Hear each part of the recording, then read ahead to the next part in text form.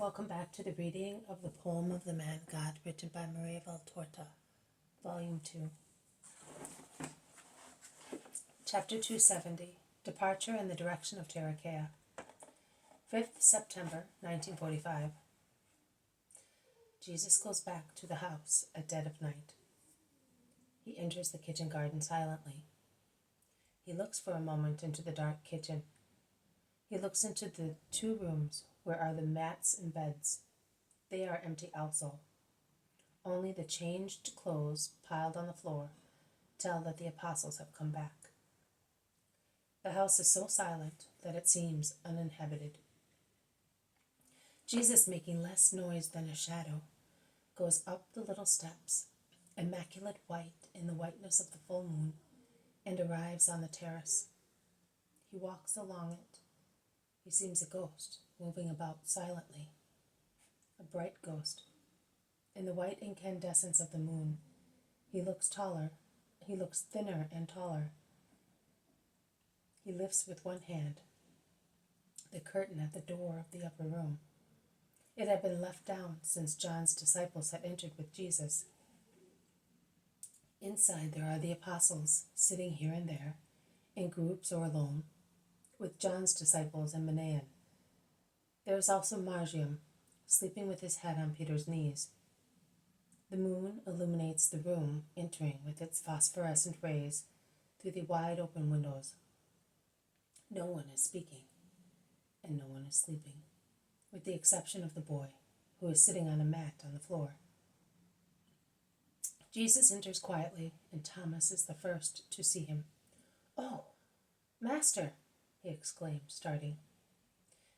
All the others rouse themselves. Peter, in his excitement, is on the point of jumping to his feet, but he remembers the child, and he stands up gently, laying Margium's dark-haired head on his seat, and thus is the last to arrive at Jesus. While the Master, with the tired voice of one who has suffered very much, is replying to John, James, and Andrew, who are expressing their sorrow to him. I understand, but only he who does not believe can feel desolate because of death, not we who know and believe. John is no longer separated from us. He was before. Nay, he separated us, either with me or with him, no longer so. Where he is, I am. He is near me. Peter pushes his gray-haired head among the younger ones, and Jesus sees him. "You have been weeping too, Simon of Jonah?" And Peter, with a voice hoarser than usual, "Yes, Lord, because I was a disciple of John as well. And then,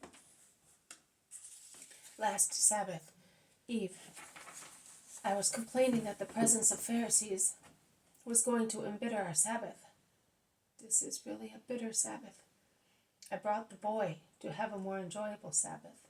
Instead, do not lose heart, Simon of Jonah. John is not lost. I am repeating that to you too. And in exchange, we have 3 perfected disciples. Where is the boy?" "Over there, Master. He is sleeping." "Let him sleep," says Jesus, stopping over the dark little head which is sleeping peacefully. And he asks again, "Have you had your supper?" "No, Master.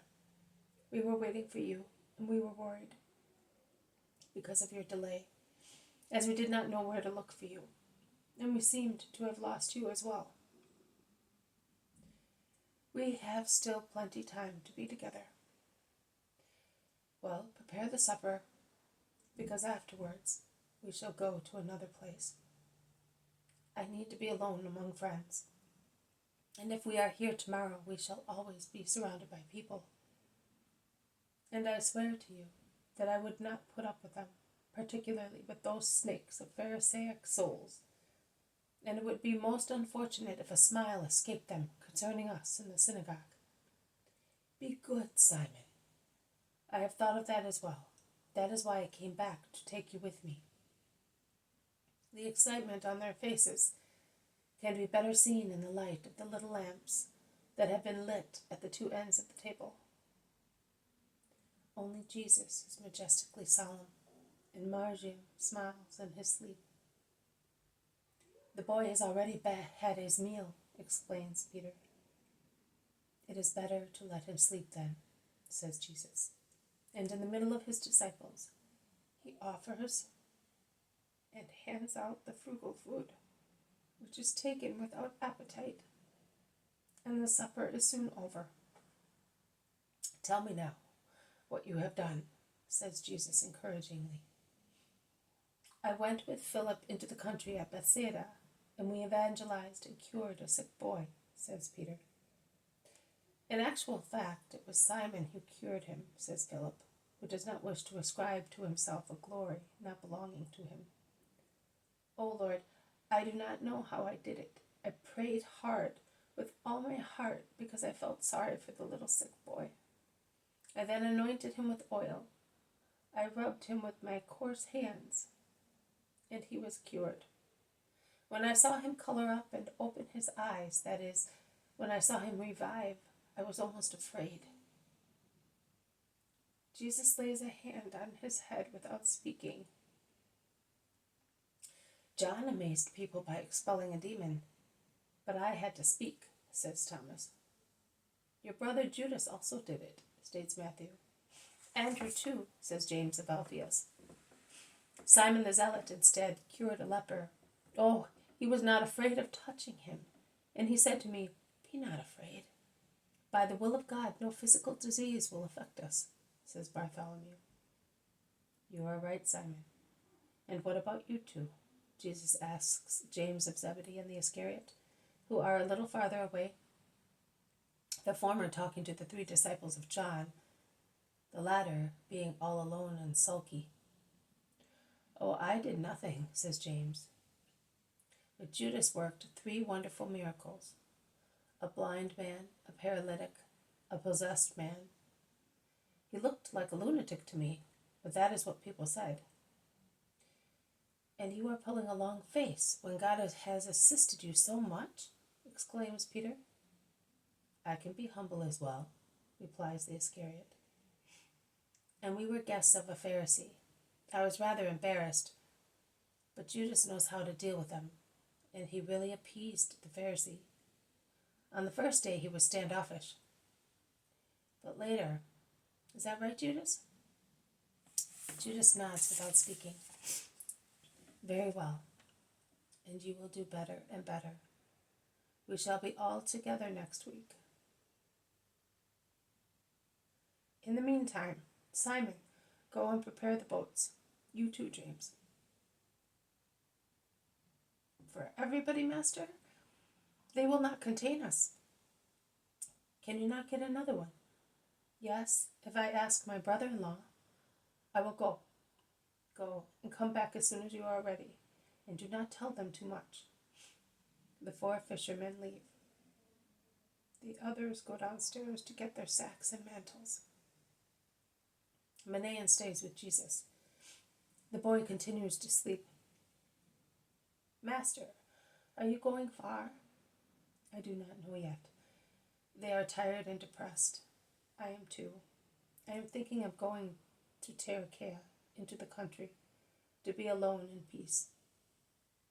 "I have my horse, Master, but if you will allow me, I will come following the lake. Will you be there for long?" "Perhaps the whole week, but not longer." "In that case I will come. Master, bless me in this first departure, and relieve my heart of a burden." "Which Manaen?" "I feel remorse for leaving John. Perhaps if I had been there." "No, it was his hour, and he was certainly pleased to see you come to me. Do not let that upset you. Nay, endeavor to get rid quickly and properly of the only burden you have, the gusto of being man. Become spiritual, Manaen. You can. You are capable of being so. Goodbye, Manaen. My peace be with you. We shall soon meet in Judea." Manea kneels down and Jesus blesses him. He then raises him and kisses him. The others come back in and exchange greetings, both the apostles and John's disciples. The fishermen are the last to come. We are ready, Master. We can go. Good. Say goodbye to Manan, who is staying here until tomorrow evening. Assemble the foodstuffs. Take some water and let us go. Make as little noise as possible. Peter stoops to awake Margium. No, leave him. He might cry. I will pick him up, says Jesus, and he gently lifts the boy, who whimpers a little, but instinctively makes himself comfortable in Jesus' arms. They put the lamps out. They go out, closing the door. They go downstairs, and on the threshold they say goodbye once again to Manan. And then, in single file, along the moonlit street, they go to the lake, a huge silvery mirror under the moon at its zenith. The three little lamps on the prows, which are already in the water, look like three red drops on the quiet mirror. They go on board, settling themselves in the boats, the fishermen being the last to embark. Peter and a servant are in the boat where Jesus is, John and Andrew in the second, James and a servant in the third one. Where are we going, Master? Asks Peter. To Tarichea, where we landed after the miracle of the Gadarenes. It will not be boggy now, and it will be quiet. Peter sets sail, and the other two boats sail in his wake. Nobody speaks. Only when they are in the open lake, and Capernaum disappears in the moonlight, and things present a uniform appearance in its silvery dust, Peter says, as if he were speaking to the tiller, and I am glad. They will be looking for us, my dear, and thanks to you they will not find us. To whom are you speaking, Simon? Asks Bartholomew. To my boat. Don't you know that she is like a bride for a fisherman? How much I have talked to her. More than to Porphyria. Master, is the boy well covered? It's damp on the lake at night. Yes, he is. Listen, Simon, come here. I want to speak to you. Peter entrusts the tiller to the ship boy and comes to Jesus. I said Tarichea, but it will be quite all right to be there after the Sabbath, to say goodbye once again to Manan. Could you not find a place nearby where we may stay in peace? Oh, Master, in peace for us, or also for the boats? For the boats we must go to Tarichea, or to some harbor on the other shore. But if you are referring to us, it is enough to go into the woods beyond the Jordan, where only wild animals will find you, and perhaps an odd fisherman who is watching nets. We can leave the boats at Tarichea. We shall be there at dawn, and we will go away quickly beyond the ford. It is easy to wade it at this time of year. Very well, we will do that. The world is disgusting you as well, eh? You prefer fish and mosquitoes, eh? You are right. It does not disgust me. One must not be disgusted. But I do not want you to stir up a scandal, and I wish to find comfort in you on the Sabbath. My Master. Peter kisses Jesus' forehead and goes away wiping a large tear that insisted in dropping out and streaming down to his beard. He goes back to his rudder, heading south resolutely, while the moonlight fades as the planet sets behind a hill, concealing its huge face from the sight of men, but still making the sky white with its light, and the lake silvery on the eastern coast. The rest is dark indigo, hardly distinguishable in the light of the prow lamp. This has been a reading from the poem of the Man God, written by Maria Valtorta, Volume 2. Chapter 270, Departure in the Direction of Tarichea. Thank you for listening. I will see you tomorrow. May God bless you, and may peace be with you.